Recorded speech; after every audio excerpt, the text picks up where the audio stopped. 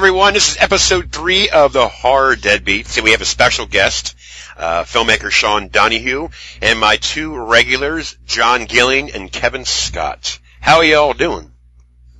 Doing great. Yep, Hello, Gruesome. I'm Kevin Scott, and I am responsible for everything at superdupershockcinema.com. I'm a regular on Horror Deadbeats and on Gruesome Herzog and Gino McGahee Horror Talk.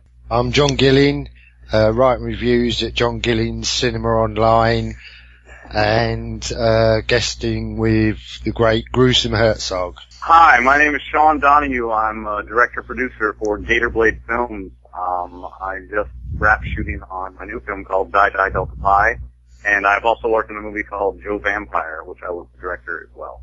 All right, well, thanks for coming on here. I am Gruesome Herzog, the founder of GruesomeHerzogRadio.com, and amongst everything else. And I'm glad to have you guys on here, and especially for you, Sean, in short notice, because we had a cancellation. Sure thing. But let's start with Fright Night, Sean.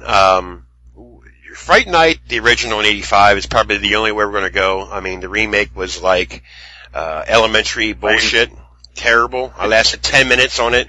I mean, I mentioned that before in the other episode.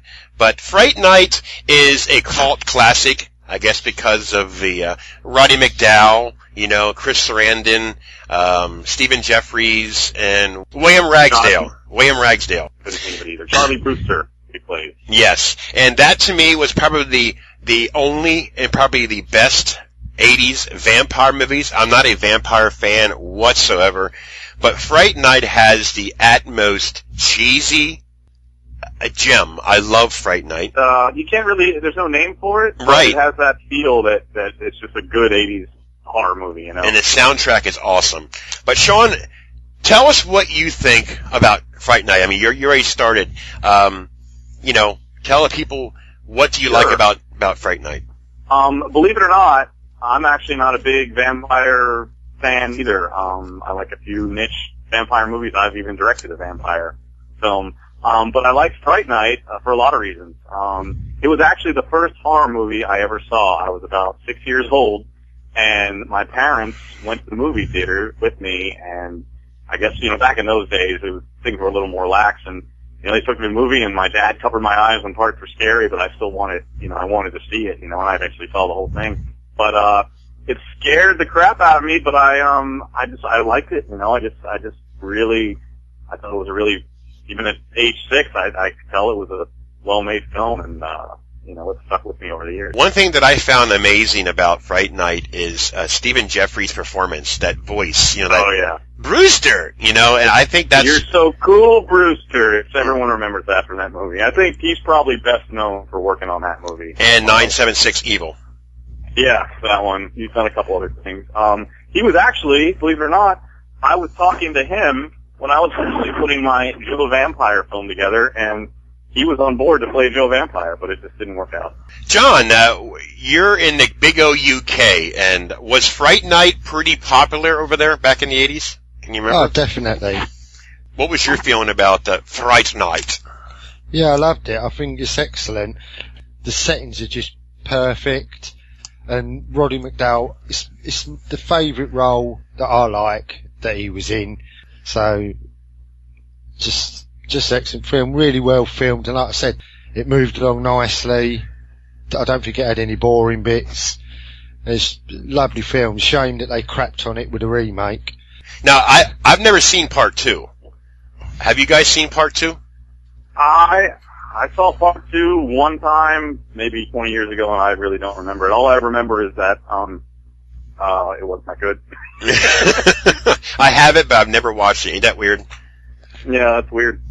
Now, John, as far as the soundtrack, I have the soundtrack, and to play it today, I find myself reminiscing back in that era again. I guess that's what music is supposed to do, and I really enjoy it. Have you heard the soundtrack? Yeah. I've lived the soundtrack. I don't have the soundtrack, but really, like a lot of 80s films, really enjoyable. Kevin, now we know that, as far as I know, you are a Tom Holland fan. A lot of people are because of Child's Play and all that there, but you like Fright Night, correct? I love Fright Night. Go ahead and tell us what you like about Fright Night. Fright Night. You know, I do love Tom Holland. I am not a Child's Play fan. I have really, really tried to get into him, and the one where he goes off to the military school is probably my favorite one, but I am just not a Chucky fan. But I am a Fright Night fan, and probably know way more about it than I should, but it it is one of my favorites, and I think you get a little bit of a time capsule with Fright Night because you know, it has the Hammer movie tie-in because, you know, Peter Vincent is the washed-up actor that was in, you know, it's supposed to be like the Hammer films, and he's like a local TV horror host, and you just don't have those anymore. Right. And I think that's why the remake didn't work because, you know, they tried to, they couldn't go there with Peter Vincent, so they had to make him, you know, like David Blaine or something like that. Yeah. But it just wouldn't work now. It just was perfect for its time. And you guys were talking about the cast. I like everybody in it. Probably the weak link that I could have done without was Amanda Beers. But they were all good. Stephen Jeffries, William Ragsdale, Roddy McDowall, all excellent. Gruesome, you mentioned the soundtrack. I had that on cassette. Rock Myself to Sleep by April Wine. Yep. Every night I rock myself to sleep, thinking about you. In the club is awesome. I don't know who does it, but it's really great. It's Sparks, Armies of the Night. Okay.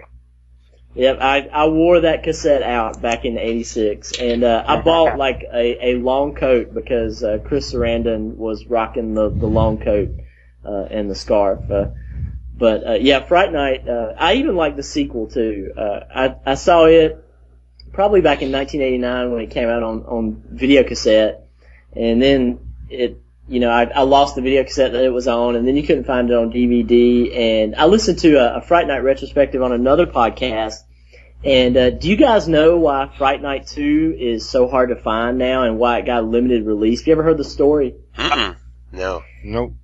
I think just because of its limited release, you know, they didn't make. I know it's on DVD, but they probably made it for a little while in stock, so that's probably why it's expensive and hard to find. Well, it goes much deeper than that, and I was really shocked. Like I said, I listened to, I think the podcast is a Now Playing podcast, and they did a retrospective of it, and I had no idea that all this went on, but the first Fright Night was from Columbia Pictures, and it made a profit, but they didn't want to do anything involving making a sequel, so they sold it to, the Vista Corporation. Y'all, if you remember watching it, it says, you know, the Vista Corporation on the credits. It was owned by a dude named Jose Menendez. Do you guys remember the Menendez brothers that killed their father? Yep. Of course. Their father was Jose Menendez, and they killed him right about the time that this was going to be released, so it was in limbo. They should make a horror movie about those guys. Yeah, that was crazy. But I liked Fright Night 2, you know, also, but I don't know if I'm the only one that likes it, but I thought it was, it was Tommy Lee Wallace, the guy from Halloween 3. I definitely was hoping that it would get a wider release and that you could find it now because I think it's, you know, it's underrated. Well, now I'm going to watch it now because I do have it on VHS. Mm-hmm. You better hang on to it. They're pretty rare. If you're going to buy it on DVD now, you're probably going to drop some god awful amount like $60. Wow. We're going to talk about a classic werewolf movie that I can remember this film being on HBO every day, and that's probably how I seen it so much and why I enjoyed it so much. But the special effects in this film was amazing for the time that it was made. That's American Werewolf in London. This movie scared the shit out of me as a kid because the way the werewolves were, it was well done, scary. I mean, just to see them in the alleyway and they actually show him change into a werewolf. You didn't really see it that much in the 80s like that. I think this was a milestone movie that was probably never will ever be topped. I mean, they got better chances of making better special effects today, but still, I don't think it could ever. It won't be topped. I mean, in my mind, I think it's the best werewolf film that's ever been made. Exactly. Well, since you mentioned Sean, go right ahead. American Werewolf in London. We mentioned about the special effects as far as conforming into a werewolf, but what else that you loved about the film? Well, I mean, a lot of things. I mean, you know, you could definitely talk about the special effects. Rick Baker, I think that was his is a masterpiece. I mean, not that he hasn't had a lot, but Right. the werewolf transition in that film is the best you're going to see. I think it's as good as it can get. Still using practical effects because it's 80s, so there's no CGI. The story's really well. It was well acted. The soundtrack, there's a lot of Creedence Clearwater Revival. Oh, man, anything that talks about the moon. The song Blue Moon, Bad Moon Rising. There's all these subliminal things that you catch in it, over the years. I didn't get them all when I first watched it when I was a kid, but, I can watch it. I can watch that movie once a month, and it doesn't get old. It never gets old. And I think one of the most creepiest things about this film is the part where they're walking in the fields, in the grass, whatever, and that something's going to happen, but it's laid out to the point where, number one, it's 81. I mean, I love films from that era, but it's so fucking creepy. It's a comedy too, but they pulled it off to where I think it's Jenny Agutter was the girl in there. I mean, they go into that bar, and everybody's acting all strange and shit. It's just a great film. I would say that there's definitely a comic edge in it, and I think, at that time period, they were just starting to experiment with that, like comedy and horror, and it definitely didn't seem odd. It came perfectly in its place, my opinion. Well, I think, real quickly before I go to John, I think they experimented. I think it wasn't purposely made to where he can see his dead friend. But right. I think it was by accident, but they tried it, and it took very well with people. So smart on their side. So John, you are from the big UK. Watching American Werewolf in London, how was it for you? I mean, as far as the aspect of it being made over there, so a lot of what they say and what they do is pretty similar in everyday life. I'm not saying werewolves, but what was your take on American Werewolf in London? Yeah, awesome film. I think John Landis did a brilliant job. When they're in the pub at the start, I can tell you, someone who lives in a beautiful country, you go into some country pubs and most of them are friendly, but I've been in a few and it is like that. You walk through the door and everything stops. All the eyes are on you. No one's talking, and you don't know whether to go up to the bar or think, "Sod this, I'm leaving." But it's a fantastic film. And like what you said, the first time I watched it, I'd never ever seen special effects like that. When he changed, when he's in her house, as was already mentioned, the music was just absolutely perfect in this film. Creedence Clearwater Revival, and I think it was the Marcells. Yep. The ending is so well shot. It's not, I wouldn't say it's my favourite film, but the ending is just so well done. I think it's perfect. And Jenny Agutter was brilliant in it as well. And there was some such moments that make you jump, where he's seeing Nazis with a machine gun, bursting into the house and killing all the family. Perfection. And I think I've never seen that movie. That's amazing. I don't want to steal Kevin's thunder, but the part where the werewolf is running, if I'm mistaken, wasn't there an alleyway or something that they were at, and all of a sudden this werewolf just starts jumping, running wholly through the town? Yeah, that was towards the end. That was so creepy. I mean, I was blown away by that film. Being like 12, I think I was like 12 or 13 when I seen it. It's like, wow. Kevin, your thoughts on American Werewolf in London? I loved it. It was one of the first horror movies that I saw. I think from late 70s to early 80s was a golden age for horror. Y'all were talking about Rick Baker and the special effects. I think he won an Oscar for it. I'm pretty sure he did, but the change, like when he first changes, I mean, it doesn't get any better than that. I watched it the other day and it still holds up. And Jenny Agutter, I guess that's how you say her name. But she was great in it. John, this was the one that did it for me, that I would forever find British women attractive, where she's like, I've only had 7 lovers, Mr. Kessler. That did it for me. But it's great all the way around. I love the setting. I mean, it is a near perfect movie that never gets old. And when he's having the visions where he hunts the deer, and the visions of, I don't know what the things are. They're like half Nazi, half pig men that bust in and kill his family. I mean, all that stuff it was just out there, but it was great. Now, the next film is also a werewolf movie, 81, the same year. And this one is a little bit different. It stars Dee Wallace as an all-star cast. Dennis Dugan, Christopher Stone, of course, is Dee's husband at the time. John Carradine, Slim Pickens. I'm talking about The Howling in 1981. Now, honestly, I don't vaguely remember all this film. It's probably one of the ones in that era that I really didn't. After watching American Werewolf in London, it was hard to find another werewolf movie that would keep my interest because of such a powerhouse that American Werewolf in London was. Sean, your feelings on The Howling? The Howling was good. It wasn't great in my opinion, and no offense to people who worked on it. I think they did a good job, but, coming out at the same time as American Werewolf in London, they had a big chip on their shoulders, trying to top that, and it's a decent film. Robert Picardo was in it. Yep. I love seeing he's in a bunch of niche horror movies. I just really like him.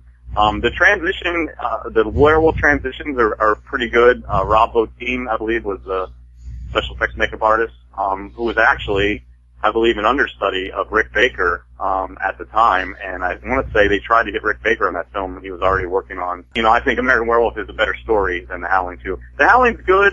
It's not one of those movies that, has stuck with me so much through the years. I remember it being, alright, but it's, it's definitely not something that's at the top of the list right now. But decent. John, now, what was your take on The Howling?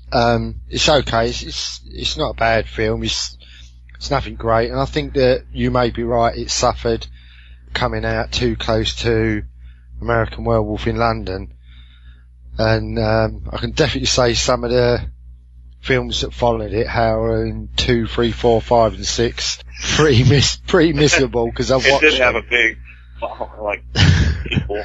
It went downhill fast. It's not one that I love. It's okay. I'd watch it, but it doesn't do a lot for me. It's not terrible.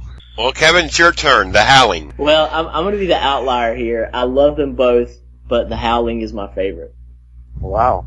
And I'll tell you why, because I kind of have a bias toward. I'm a huge werewolf movie fan, but I don't like it when they walk on all fours. I think it's much more terrifying when half man, half wolf, and the werewolves in The Howling. I mean, they almost look like devils. They had the pointed ears. And I just love the way they look, and I love the whole premise of it, to where, like, in the early 80s, you kind of had the whole, like, I'm okay, you're okay support groups and self-help gurus, and that's what this was about. Like, the Colony was supposed to be one of those, and instead it was where you would go there and learn how to be a werewolf, and just like the Robert Picardo, he was creepy, like the scene in the porn shop in the beginning with Dee Wallace, and when her husband gets turned, all that stuff was great. I thought The Howling was a lot more sinister than An American Werewolf in London. And I remember the ads, like on HBO and Cinemax, with the fingernails tearing through. Do y'all remember that? Yeah. Oh yeah, definitely. And I'll tell you another thing too from my childhood. And Sean, you're probably a little younger. Gruesome and John maybe, but do you remember the guy that the guy when he says he has silver bullets in the gun, and one of the other guys is like starting to turn, and he's got fangs, and he goes, "Silver bullets, my ass." You remember that? Well, that guy he used to do commercials for A1 steak sauce when I was little. Oh wow, no, I don't remember that. And it was the same guy, and I'm sitting there watching it when I'm probably, I don't know, maybe 8 or 9, and the A1 steak sauce guy is turning into a werewolf and saying "silver bullets my ass," and I just couldn't process it. So, so it's deep in my psyche because of that. But I love The Howling. We talked about Fright Night being one of our favorites, me and Sean's, as far as the vampire films, and John and you. But the next vampire film came 2 years later with an awesome cast, with an awesome director, an awesome song. This song, Krylo's Sister, is probably one of the most famous songs from any movie, and it's The Lost Boys in '87. Like again, it had an all-star cast. It had Corey Haim, Kiefer Sutherland, Donald's boy, McCarter, had Billy Wirth. It had numerous of young Brat Pack, I guess you can say, in that era. Is The Lost Boys, to me, like I said, it's a different spin on a vampire film, but if I would say two of my most favorite vampire films I like, it's Fright Night and The Lost Boys. Sean, The Lost Boys, what is your take on that? Lost Boys. I was a lost boy, I think, when I watched it. I was a young kid, directed by Joel Schumacher. Mm-hmm. I liked it immediately, at that point when I saw it. You know, I felt like, I was probably maybe 3 or 4 years younger than Corey Haim and Corey Feldman, and I guess kind of looked up to them in a way, watching the movie, these guys in this movie doing this thing, and it's just one of those movies that's like a coming of age story almost. But it's a vampire film, and very well done, well acted, great special effects. For Sutherland, I still think it's my favorite character he's ever played. Yeah, playing the lead bad guy, I think his name's David or something like that, for the Lost Boys. But just a great film. It's something that doesn't get old. I think it still holds up. No, you're exactly right, because I can remember I went to theaters and saw this one, and I was like when I left the theater, I was like, wow, what a film. I mean, it was during that 80's era. I mean, I grew up with, Kiefer Sutherland and Corey Feldman and Corey Haim.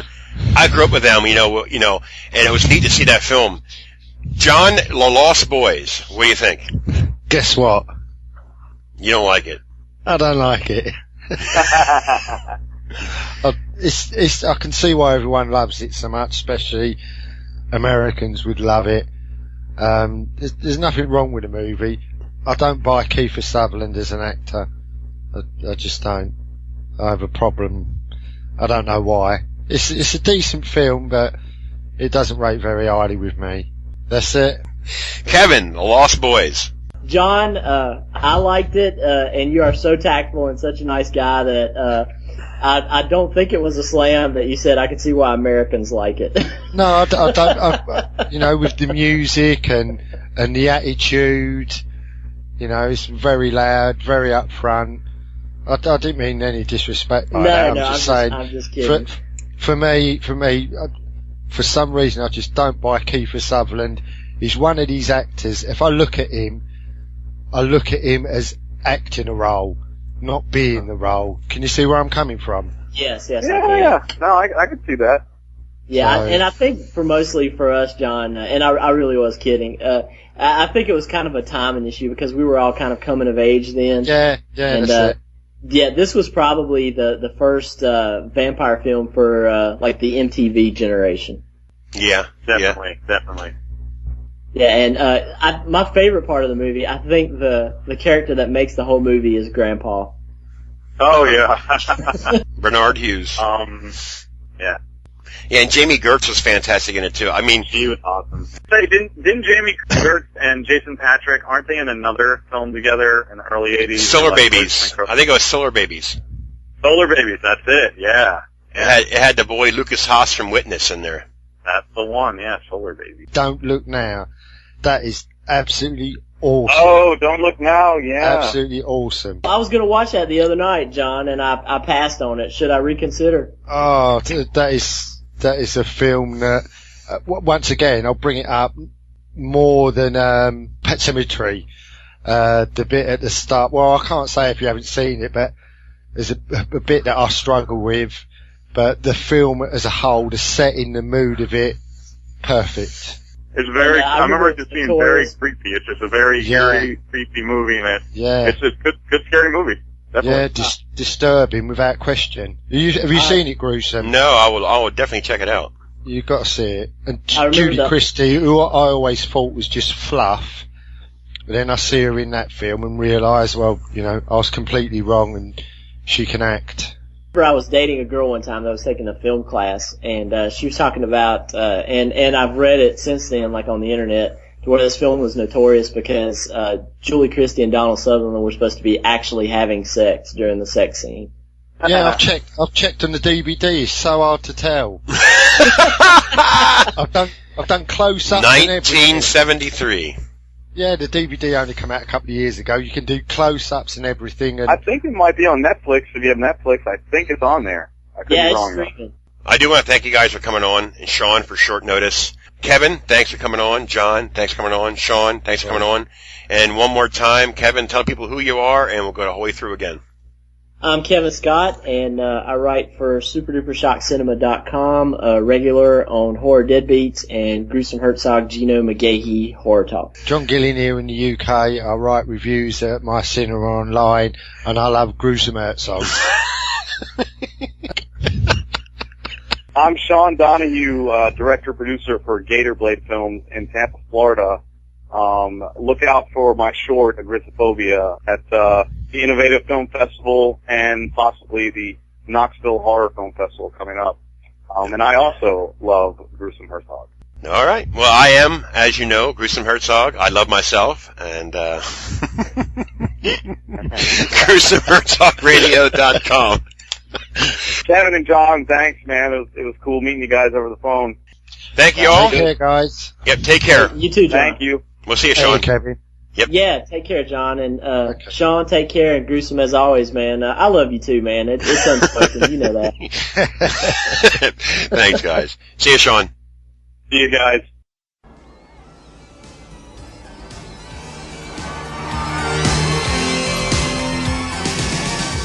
Michael and Sam have just moved to Santa Carla, California. They're about to discover its secret. Notice anything unusual about Santa Carla yet? No. It's a pretty cool place. If you're a Martian. Or a vampire. So